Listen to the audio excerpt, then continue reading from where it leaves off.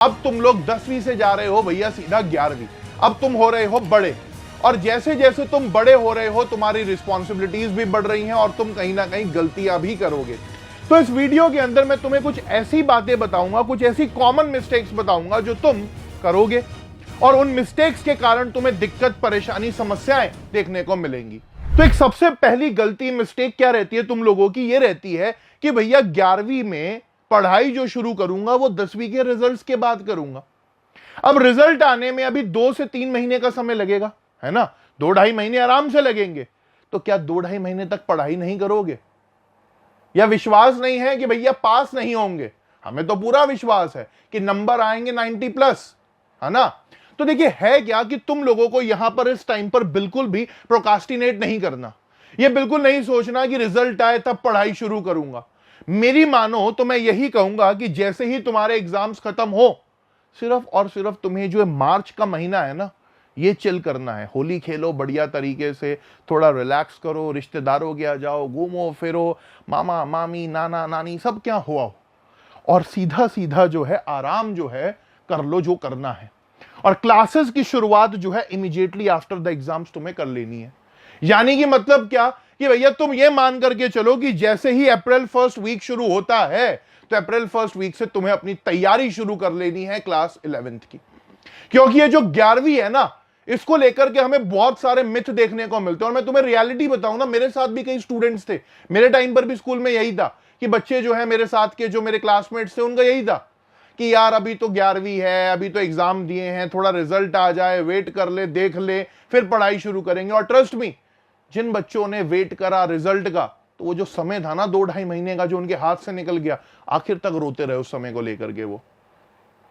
तो मैं यही कहना चाहूंगा कि सीधा इमीडिएटली आफ्टर द एग्जाम्स मान करके चलो कि अप्रैल 1st वीक में तुम्हें अपनी क्लास 11th जो है शुरू कर देनी है, उसकी पढ़ाई जो है तुम्हें शुरू कर देनी है, बिल्कुल भी ज्यादा इसको डिले नहीं करना। अब सबसे बड़ी प्रॉब्लम तुम लोग क्या देखते हो, या मैं क्या देखता हूं अपने आसपास, कि भैया 11वीं को बहुत लाइटली लेते हैं कि अरे भाई 11वीं ही तो है, 12वीं में मेन इंपॉर्टेंस है, 12वीं के अंदर जो है बोर्ड एग्जाम होंगे। बट ट्रस्ट मी, ये 11वीं जो है ना, ये 11वीं का मतलब है फाउंडेशन। 11वीं कोई छोटी मोटी चीज नहीं है। तुम में से जो बच्चे आगे चल करके इंजीनियर, डॉक्टर या JEE नीट का एग्जाम्स दोगे, trust me 11th is the foundation भाई। 11वीं जो है उसकी बुनियाद है, और अगर फाउंडेशन, बुनियाद ही तुम्हारी कमजोर होगी तो बिल्डिंग कैसे खड़ी करोगे? ढह जाएगी बिल्डिंग। तो ये जो फाउंडेशन है ना, मेरा कहने का मतलब यही है कि जो 11th है ना, इसको बिल्कुल भी अपने को लाइटली नहीं लेना है। अपने को इस 11th के अंदर ना जी जान लगा करके मेहनत करनी है। जितनी हमने 10वीं में करी थी ना, उससे 100 गुना ज्यादा मेहनत हमें 11वीं में करनी है। क्योंकि अगर 11वीं में तूने मेहनत कर ली ना, तो सही बता रहा हूं मैं, तेरी 12वीं आसान हो जाएगी, 12th तेरी आसान हो जाएगी, बोर्ड के एग्जाम तेरे आसान हो जाएंगे। नहीं तो उस टाइम पर यही रहता है, बोर्ड के एग्जाम का प्रेशर भी है, कॉम्पिटेटिव एग्जाम अगर कोई दे रहे हो तो उसका प्रेशर भी है। तो बस प्रेशर के चक्कर में वो चक्की चलती रहती है कि प्रेशर प्रेशर प्रेशर, और फिर क्या है, रिजल्ट पे इंपैक्ट पड़ता है, एंजाइटी होती है, बाकी के पंगे हो जाते हैं। तो सीधा क्या रखना है अपने को कि 11th जो है फाउंडेशन अपनी मजबूत रखनी है, और उसके लिए हम तुम्हारे लिए यहां बैठे हैं, तुम्हारी फाउंडेशन को मजबूत करने के लिए। 10वीं में तुम्हारा हाथ पकड़ा था, 11वीं में भी तुम्हारा हाथ पकड़ के चलेंगे, छोड़ेंगे नहीं तुम्हें बीच रास्ते में, इसका मैं वादा करता हूं तुम्हारे से। अब सबसे बड़ी प्रॉब्लम क्या है कि यहां पर हम जब देखते हैं तो वो यही है कि शुरुआत के समय में पढ़ाई नहीं करते, है ना? हमने कहा कि भाई 12वीं में पढ़ूंगा, तो जो इनिशियल क्लासेस है वो मिस कर देते हैं कि अरे कोई दिक्कत नहीं है, सेशन के बाद में पढ़ लूंगा, एग्जाम आएंगे तब पढ़ लूंगा। इससे क्या होता है? इससे और कुछ नहीं, सिर्फ और सिर्फ एक बैकलॉग क्रिएट होता जाता है। और जब मैं बैकलॉग की बात करता हूं, ये पढ़ाई का ही बैकलॉग नहीं है, सिर्फ ये मेंटल बैकलॉग है। ये जो तुम्हारे ऊपर एक स्ट्रेस डालेगा ना, मेंटली तुम्हें जो बर्डन देगा ना, ये सबसे खतरनाक चीज है। तो ये गलती बिल्कुल नहीं करनी कि इनिशियल क्लासेस जो है तुम्हें मिस करती जानी है। तुम्हें साथ साथ जो है पढ़ाई करते जाना है, चीजों को अपना लेकर के चलना है।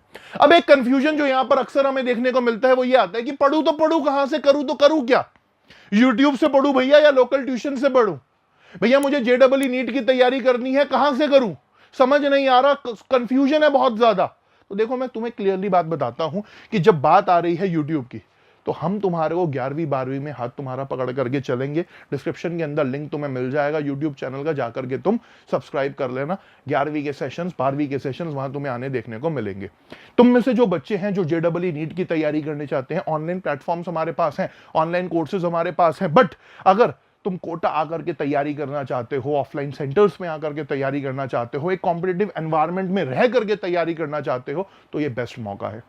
क्लियरली मैं तुम्हें यहां पर बताऊं तो कोटा के अंदर जो एक्सपीरियंस फैकल्टीज हैं, जिन्हें 25-25, 30-30 साल हो गए हैं पढ़ाते हुए, वो तुम्हें यहां पर पढ़ाएंगे।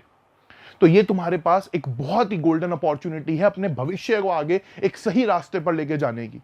अब ये क्लासेस का तो चक्कर हो गया, क्लासेस के अलावा और क्या परेशान रहते हो? क्लासेस के अलावा और परेशान रहते हो कि बुक्स पढ़ूं, मॉड्यूल्स पढ़ूं, टॉपर के नोट्स देखूं। इतने परेशान रहते हो कि भैया एनसीईआरटी को पढ़ूं, कोचिंग नोट्स को पढ़ लूं या टॉपर के नोट्स को पढ़ लूं। देख, सबसे बड़ी बात जो है ना, ये टॉपर नोट्स, ये सबसे बड़ा स्कैम है।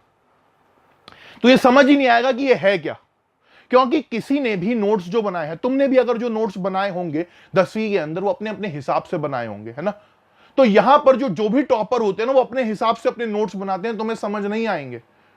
और मैं अगर रियलिटी तुम्हें बताऊं तो जो ये एनसीईआरटी किताब है ना, ये गॉड है, ये भगवान है सब किताबों का। हम लिटरली देखते हैं कि जितने भी यहां पर कॉम्पिटिटिव एग्जाम्स हैं, चाहे जेडबलई है, चाहे नीट है, direct questions line by line NCERT से आते हैं। और इसी प्रॉब्लम को सॉल्व करने के लिए मोशन तुम्हारे लिए लेकर के आया already NCERT line by line practice books. तो ट्रस्ट मी, उस बुक को अगर तुम देखोगे तो वहां क्या देखने को मिलेगा कि पूरी एनसीईआरटी है, बट हर पेज पर तुम्हें क्वेश्चन देखने को मिलेगा। यानी कि एक तरफ एनसीईआरटी का पेज है और उसी के साथ तुम्हें जो है उस पेज से क्या क्वेश्चंस बन सकते हैं जेडबलई नीट एग्जाम में, वो है। तो एनसीईआरटी बुक खरीदने से बढ़िया मोशन की जो हमारी प्रैक्टिस बुक्स आई हैं लाइन बाय लाइन, उनको खरीदो जाकर के। ज्यादा कुछ प्राइस में फर्क भी नहीं है और मजे ही मजे, है ना। वन स्टॉप सॉल्यूशन तुम्हें यहां पर मिल जाएगा। तो जब बात आ रही है कंफ्यूजन को लेकर के, तो तुम्हारा फोकस जो है मेनली किस पर होना चाहिए? एनसीईआरटी की किताबों पर होना चाहिए, क्योंकि ये एनसीईआरटी ही जो है क्या करेंगी भैया, हमारा बेड़ा पार लगाएंगी। जेडबलई नीट के अंदर जो डायरेक्ट क्वेश्चंस आते हैं, हम उनको सॉल्व करने में सक्षम हो पाएंगे जब हम एनसीईआरटी को अपने रगों में उतार लेंगे। और यकीन मान करके चलो कि ये जो एक एटीट्यूड है ना तुम्हारा कि टेस्ट नहीं दूंगा, प्रैक्टिस नहीं करूंगा, लास्ट टाइम पर आकर के पढ़ लूंगा, तो मानो मेरे लाडलो, ये 10वीं नहीं है। ये 10वीं नहीं है कि सुबह जो है अपना उठे, एग्जाम से पहले पेपर लीक और इन सब के भरोसे जाकर के तुम पेपर दे आए, बोर्ड्स दे आए, और मेहनत भी करी है तुम लोगों ने। बट ट्रस्ट मी, 11वीं और 12वीं के अंदर जो अभी 10वीं में मेहनत करी है ना, उससे 100 गुना मेहनत करनी पड़ेगी। तो यहां पर जो है रेगुलर टेस्ट भी देना, डेली रिवीजन भी करना चीजों का, वीकली ट्रैकर भी रखना कि मैंने क्या पढ़ा, कितना पढ़ा, कहां मैं कमी छोड़ रहा हूं, किस तरीके से मुझे चीजों को और अलाइन करना है। तो ये सब चीजें जब तुम करोगे तो मानो मेरी बात कि तुम्हारी सक्सेस तुम्हारे कदमों में होगी। वो है ना शाहरुख खान का डायलॉग कि भैया किसी चीज को कितनी शिद्दत से चाहो तो पूरी कायनात तुम्हें मिलाने की कोशिश में लग जाती है। तो भैया शिद्दत क्या है? तुम्हारी मेहनत। यहां पर जो रेगुलरली तुम अपनी मेहनत यहां पर करोगे वो बहुत इंपॉर्टेंट है, क्योंकि ये जो 2 साल है ना, ये तुम्हारा फ्यूचर डिसाइड करेंगे। ये जो 11वीं और 12वीं के 2 साल है ना, तुम्हारा फ्यूचर डिसाइड करेंगे। इसी पर डिपेंड करता है कि तुम्हें कॉलेज आगे चल करके कौन सा मिलेगा, तुम आगे चल करके कहां पर स्टैंड करोगे। और ट्रस्ट मी, अगर इन 2 सालों में तुमने मेहनत करी ना दबा करके, तो कॉलेज जो आगे मिलेगा वो बेस्ट मिलेगा और आगे की जो जर्नी है वो स्मूथ होती चली जाएगी। ये नहीं कहूंगा कि कॉलेज में जाकर के पढ़ाई नहीं करनी पड़ेगी, करनी पड़ेगी अगर अच्छा भविष्य चाहते हो तो। क्योंकि नाउ अब जो तुम्हारी एज आ गई है ना, वो रिलैक्स वाली एज तो खत्म। अब तुम्हें जो अपने फ्यूचर को लेकर के चीजें लेकर के चलनी है, बट मस्ती भी साथ साथ करके चलनी है।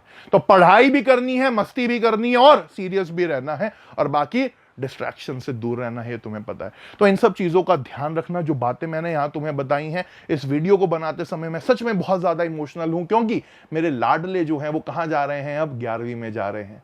तो चलिए, कोई बात नहीं, all the very best from my and I love you all. Thank you so much everyone. Gautam Lakhani signing off. जय हिंद, जय Bharat. Thank you so much.